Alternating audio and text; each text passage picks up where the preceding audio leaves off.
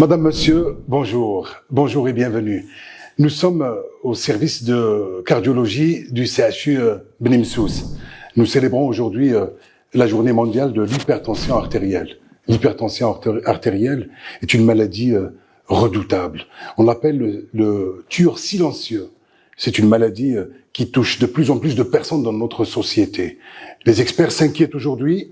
Pourquoi? Parce que ils découvrent de plus en plus de personnes jeunes qui souffrent de cette pathologie. Alors, qu'est-ce que c'est que l'hypertension artérielle?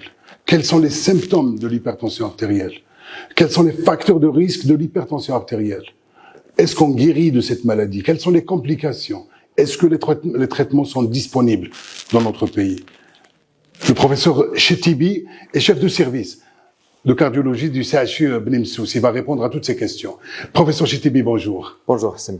Merci d'avoir accepté notre invitation.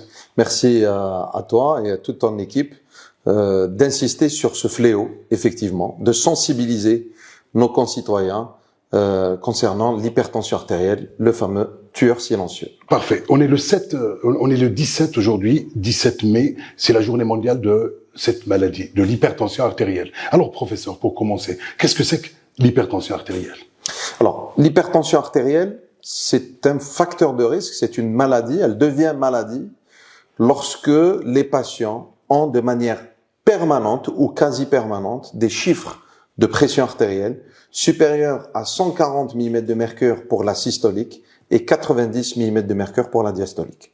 Parfait. Professeur, quels sont les symptômes de cette maladie? Alors, tu l'as très bien dit, Hassan, l'hypertension artérielle est dite tueur silencieux parce que malheureusement, il n'y a pas de symptômes.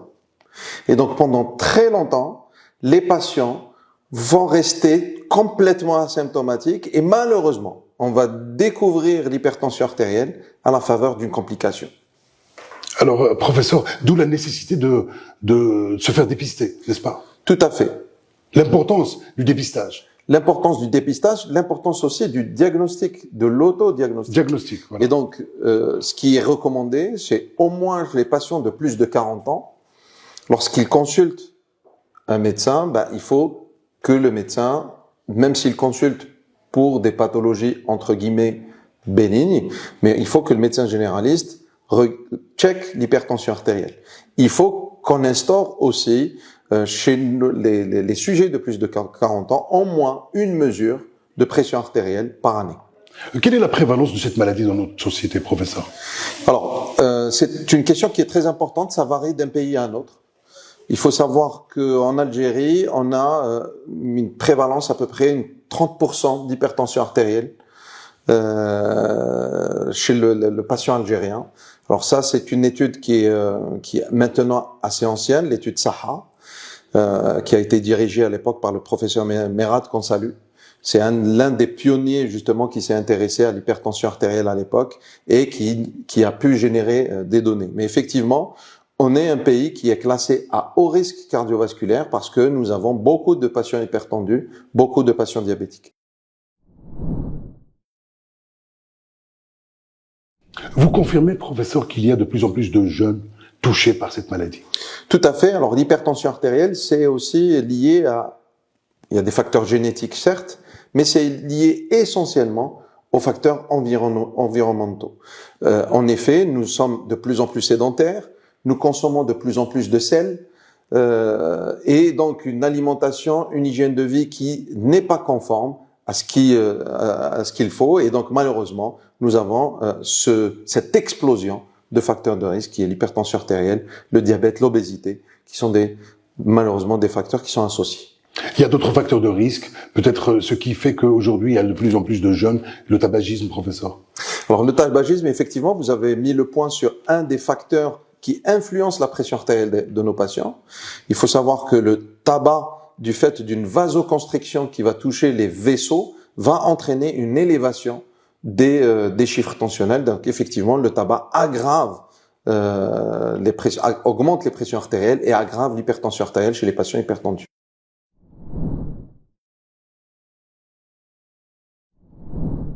C'est donc important, professeur, en fait, de suivre un bon régime alimentaire. Les facteurs environnementaux sont hyper importants pour le développement de ces maladies. tu as souligné le tabac, mais aussi une suralimentation en sel. Et on le voit malheureusement hein, dans tout Le ce que sel, le sucre. essentiellement le sel pour l'hypertension artérielle. Dans tout ce que nous consommons, malheureusement, il y a un surplus de sel. Et donc, il faudrait traquer le sel dans notre alimentation. Vous venez de le dire, professeur, on l'appelle tueur silencieux qui s'attaque aux organes nobles, notamment le rein, n'est-ce pas? Tout à fait. Alors, les complications de l'hypertension artérielle, c'est ce que tu veux dire. Oui. C'est quelles sont les complications de l'hypertension artérielle? Les patients, alors malheureusement, beaucoup de patients ne se savent pas hypertendus et on découvre à la faveur de complications les dégâts qu'a fait l'hypertension artérielle. Et donc, des pressions artérielles élevées sur une longue période vont entraîner des dégâts sur le rein, sur le cœur, sur les yeux, sur le cerveau. Donc, tout ce qui est vascularisé, ça va entraîner malheureusement des complications, l'AVC, rétinopathie hypertensive, néphropathie. Et effectivement, donc cette hypertension artérielle va retentir sur les différents organes de nos patients.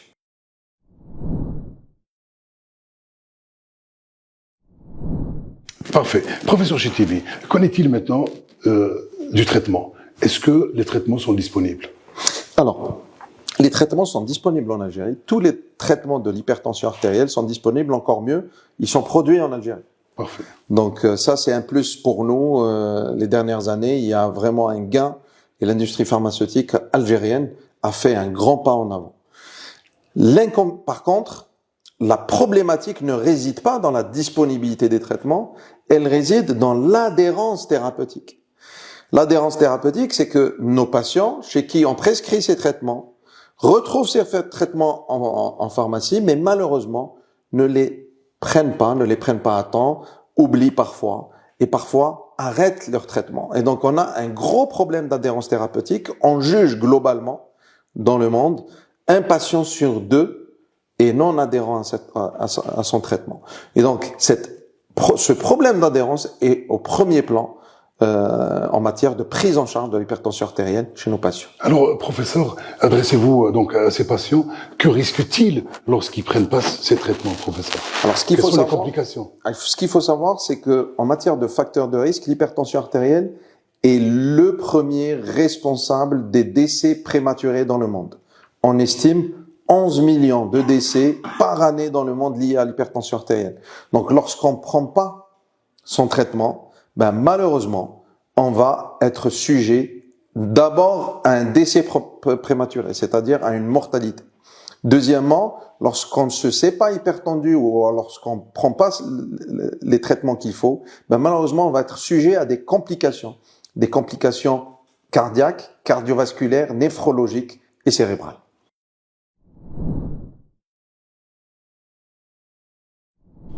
Parfait.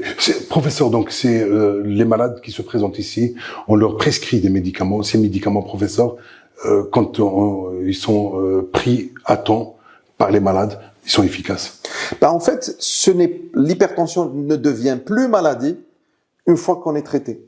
Parfait. Une fois qu'on est traité, la pression artérielle est contrôlée, on n'est plus sujet à ces complications et donc on enlève les risques liés à cette pathologie. Donc il suffit juste de se diagnostiquer à temps, de prendre les bons traitements et de les prendre de manière régulière.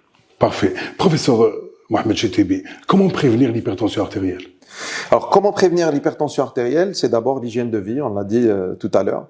C'est avoir une hygiène correcte, avoir une activité physique régulière, en moyenne 150 minutes par semaine d'activité physique régulière. Une hygiène de vie alimentaire, éviter consommer beaucoup de légumes, beaucoup de fruits et éviter tout ce qui est salé dans notre alimentation. L'obésité est un facteur de risque, professeur. On a oublié d'en parler. Alors l'obésité, malheureusement, les derniers chiffres algériens sont alarmants puisqu'on dit qu'un Algérien sur deux est en surpoids. Et donc ce surpoids va entraîner via des phénomènes multiples, complexes, l'inflammation, la vasoconstriction, les troubles vasculaires, va entraîner malheureusement l'apparition de maladies, notamment l'hypertension artérielle. Un dernier mot, professeur, adressez-vous aux patients et à la population, de manière générale. Un dernier mot, c'était le slogan de sensibilisation de la Société algérienne de cardiologie lors du dernier événement concerné à l'hypertension artérielle. قلبك هو الصح ضغط الدم تاعك لازم يكون مراقب. Donc chez les patients qui ont plus de 40 ans, il faut contrôler sa pression artérielle au moins une fois par année. Et pour les patients chez qui on diagnostique une hypertension artérielle, il faut prendre sa thérapeutique. L'adhérence thérapeutique est au cœur de la prise en charge de l'hypertension artérielle. Professeur Mohamed Chtibi, merci d'avoir répondu à nos questions. Merci Hassan. Chers téléspectateurs, merci de nous avoir suivis. Prenez soin de vous, de votre santé. Merci.